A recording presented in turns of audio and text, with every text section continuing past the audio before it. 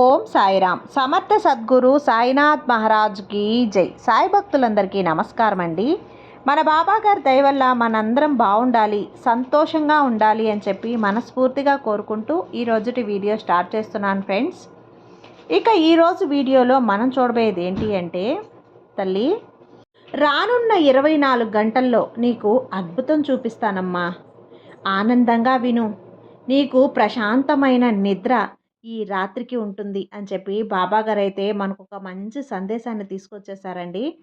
ఆ సందేశం ఏంటి, ఆ సందేశం రూపంలో బాబాగారు మనతో ఏం చెప్పబోతున్నారు అనేది ఆయన మాటల్లోనే విందామా. తల్లి, నీకున్న కర్మదోషాలు తొలగిపోయాయమ్మా. ఇక నుంచి మంచి రోజులు రాబోతున్నాయి. నీకొక మంచి తరుణం ఇవ్వబోతున్నాను. నువ్వు సంతోషకరమైన జీవితాన్ని అనుభవించబోతున్నావు బిడ్డ. ఇక నుంచి ఎలాంటి దిగులుతో ఉండొద్దమ్మా.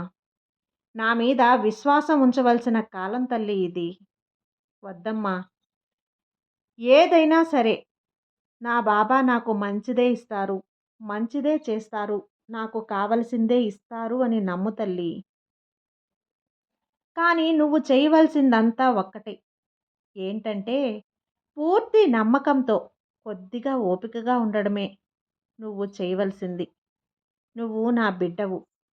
నీ దీర్ఘకాలిక పోరాటానికి ముగింపు కాలం నీ బాబా ఇస్తానమ్మా. ఆ కాలం దగ్గరలోనే వచ్చేసింది.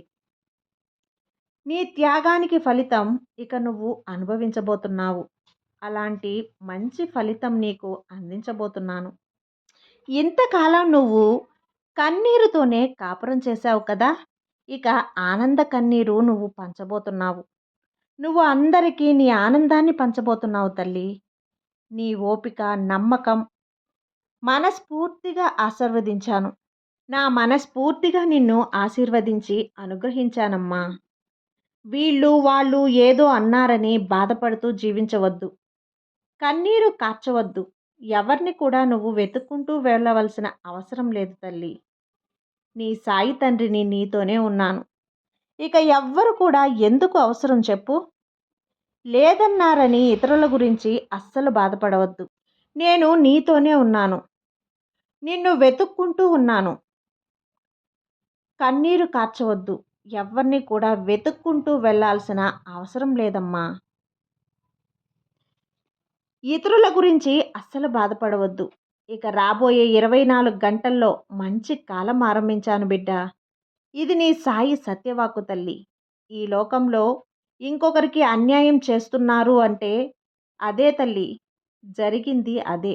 అందువల్లే నువ్వు మోసపోయావు అని బాధపడుతున్నావు. నువ్వు ఇవన్నీ మర్చిపో. మనోధైర్యంతో ఉండు.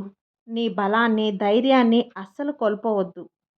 ఇదివరకు నీ మనసులో ఉన్న బాధ, నొప్పి, గాయాలు అన్నింటి నుంచి మంచి ఫలితం దక్కబోతుందమ్మా.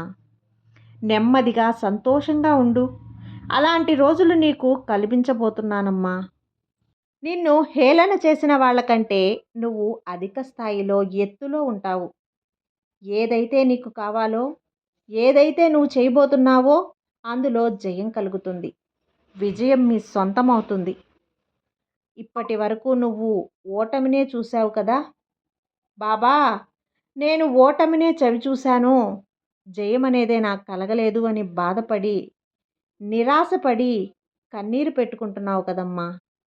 కానీ ఇక నుంచి నువ్వు తాకిందల్లా బంగారమే, పట్టుకుందల్లా పాలు పొంగినట్టు పొంగుతుంది.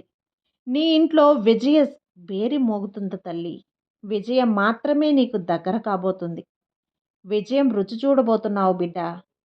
ఇది దేని గురించో ఆలోచించకు. నెమ్మదిగా ప్రశాంతంగా నిద్రించు. మంచే ఎదురు చూడు తల్లి. నీకు మంచే జరుగుతుందమ్మా. ఈ సాయి బిడ్డవి నువ్వు. ఈ సాయి తండ్రి నీకు తోడుగా ఉన్నాడు కదా.